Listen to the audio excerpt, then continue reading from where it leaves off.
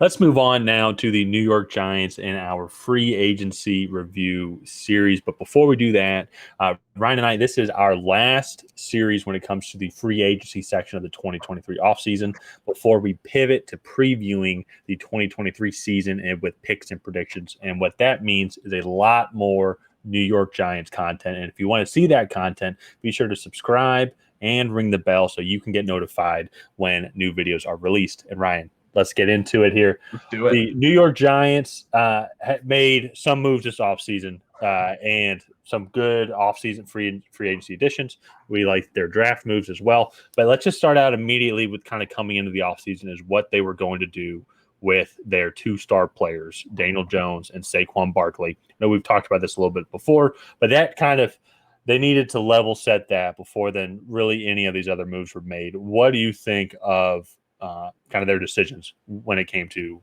that? Yeah, I mean, I think they made a really good decision extending Daniel Jones. They were kind of in an awkward spot with him, right? Because if you let him walk in free agency, then you're back to square one, right? You don't have a quarterback, but I don't think he's really established himself as one of the elites, right? And so for me, I think they might have paid him a little too much, but I'd rather pay him a little too much, and then in 2 or 3 years, that contract he's way behind where the top quarterbacks are in the league, than let him walk and start over by drafting another young quarterback, right? And then he had no receiver help last year. All those guys pretty much got hurt, so I think they're banking a little bit on he'll take the next step when they get that elite wide receiver. And then as far as Saquon Barkley, I'm actually not sure if he signed his franchise tag yet. Well, true. I guess more just going down that route. If you could look that up though, real quick. Yeah, I can. I like the decision to franchise tag him because you're going to pay him like I think you add up the top 5 salaries at that position and then divide it by 5, and then that is the franchise tag price. I believe that's the way it's done. So I like that decision. He is a top 5 running back in the NFL, and I think he deserves to be paid that way. I just don't agree, especially I think he's 26 or 27 now. I don't think you want to lock yourself into a 3 or 4 year deal with a guy like that. Well, and with that's injury history. And I agree with you on that, especially too if we look at it like, I mean, who would have thought? I mean, I can't believe it's been 7 years already. But Zeke came into the NFL. I think he was a junior. I have to double check, but either way, he was 21 or 22, and now he's not on an NFL team now because and we all saw this past year and honestly even the year before that where you're like, okay, Zeke's starting to get a little older, his body's starting to drop off, and every running back's different, but that's just natural. And when it comes to skill position players and how much wear and tear these running backs get, paying someone long term into their 30s is just tough. It's just tough, especially when it's big money. If it's a couple million and it's like chump change, then I can understand that. But let's move on, though, now. I would say to kind of some of their other free agency moves before we go into Before we do that, it does not look like Saquon has signed his tag yet. So okay. But yeah, let's get into their roster here on offense. As you can see, Saquon is highlighted in black as he is under contract but has not signed it. And the Giants did not. They started OTAs without him. So interesting development there. But to me, the biggest offseason addition that they had on the offensive side of the ball is John Michael Schmitz. Going into the draft, they did not have a center on the roster, and they added, in my opinion, the best interior offensive lineman in this draft in the second round. So I really like that value there. I thought that was a really solid pick.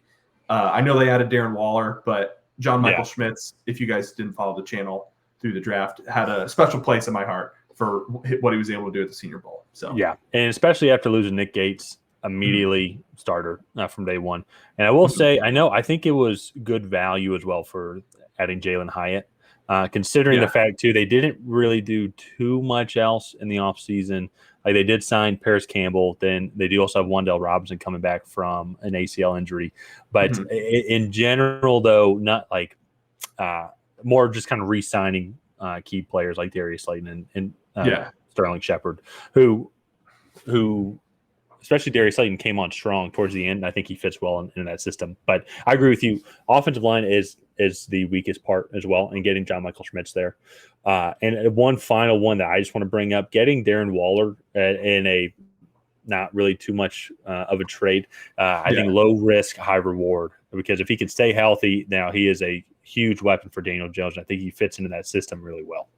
No, yeah, exactly. And I think you look at the way, I almost said Bill O'Brien, Brian Daboll likes to use tight ends. I think he fits really well into that move tight end role that Brian Daboll likes to utilize. So I think this offense is going to be really interesting.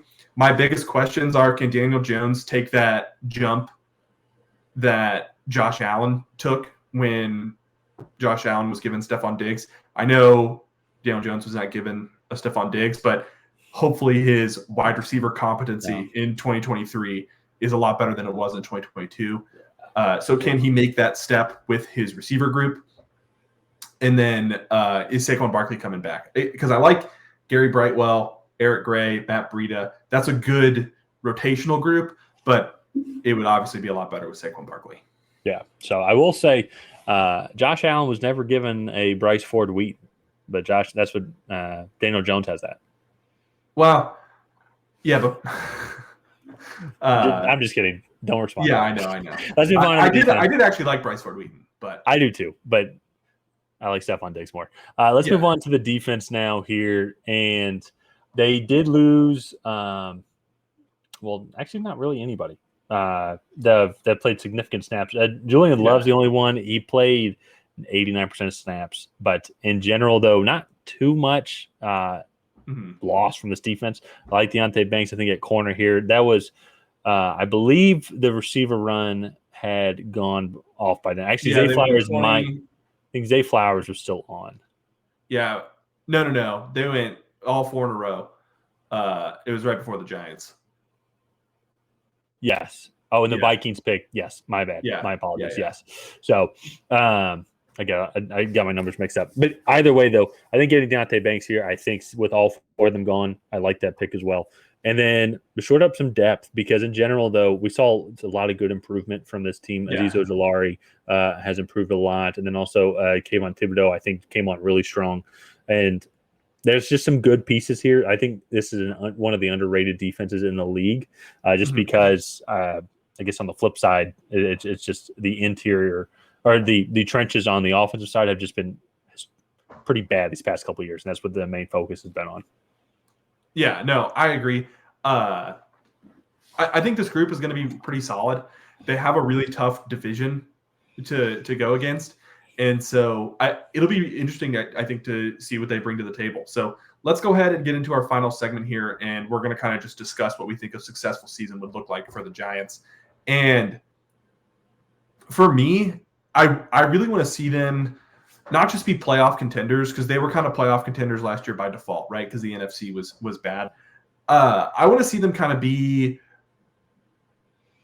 I guess, what Philadelphia was 2 seasons ago when they were the wild card. Or no, sorry, they won the division, right? But they were actually, you saw them progress from the beginning of the season to the very end, right? And you were like, okay, they're actually really building something here. Right. And for me, I want to see that. I want to see Daniel Jones take that next step. Right. I want to see this wide receiver group start to really put things together. Saquon Barkley, if he comes back, I want to see this run game really develop into something that could be potent. Right. Yeah. And then to wrap it all up, I want to see this defense get aggressive, get after the passer, and actually create turnovers and give their offense another opportunity or give the offense more opportunities at points. Yeah, I'll push back a little bit. I don't think that they just fell into the lap in the playoffs last year. And I think that's kind of, and bring that up because of what I think a successful season would be for them is I think getting back to the NFC divisional round and then being more competitive with. I mean, let's look. They're a top 5, top 6 team in the NFC out of 16 teams. I mean. The Eagles are up there. Cowboys are up there. Seahawks, the Lions are up there. And that's 4. So then the Niners as well. So then the Giants, like they're at minimum a top. They should be a top 6 seed. If I think that they can then they'll have to go on the road again, win this, win a game on the road. If anything, they lucked into getting to play the Vikings in the first round because they were overrated. But it's obviously this is a good football team. I would think if they don't at least make the wild card game competitive, then it's a failed season because it's not too much has changed from this team, and they've really honestly only improved that offensive line. They've now you have Darius Slayton back. They did address the receiver position in both the draft and free agency. So now all this is barring injuries, but I would think it's not. You can't just make the playoffs and then just get blown out again. They won a playoff game. They ran into the Eagles as they hit their hot. No. I know. I'm just saying, like, if you make the playoffs, that's great. But then if you make the playoffs, go to the 49ers and then just absolutely crap on yourselves. Then it's like, then I find that successful on where they want to be, on where they want to improve on. Yeah. No, I mean, I think they should be a really competitive team in 2023. Again, I just think if they I am going to kind of stick with the fact I think they might have lucked in a little bit into the playoffs because they were really injured at the receiver position. They just I think Brian Daboll did a really good job with scheming up opportunities for Daniel Jones to utilize his legs. And when they played the Eagles and they weren't able to do that, they didn't have another trick to go to, right? Yeah. And so I think building upon that, having a wider array of weapons on offense, I think would be really nice. And then you can see Daniel Jones take that next step in the passing game. And then I think if they can do that, they'll be a much improved team. Mm-hmm. And that's when I think the success will come. And so, and then they also were able to take advantage of a weaker NFC last year, which is part of the reason why they were able to get into the playoffs in the first place. So, I like what they did in the draft. I think adding Deonte Banks strengthens this defense a lot. And then getting Jalen Hyatt and John Michael Schmitz, I think, is also really good value there as well. So they're going to be an interesting team to watch. Oh, yeah. Most definitely. But let's go ahead and wrap up the Giants offseason recap there. If you guys have not already, please go ahead and like and subscribe. And leave a comment down below on what your favorite Giants offseason edition was.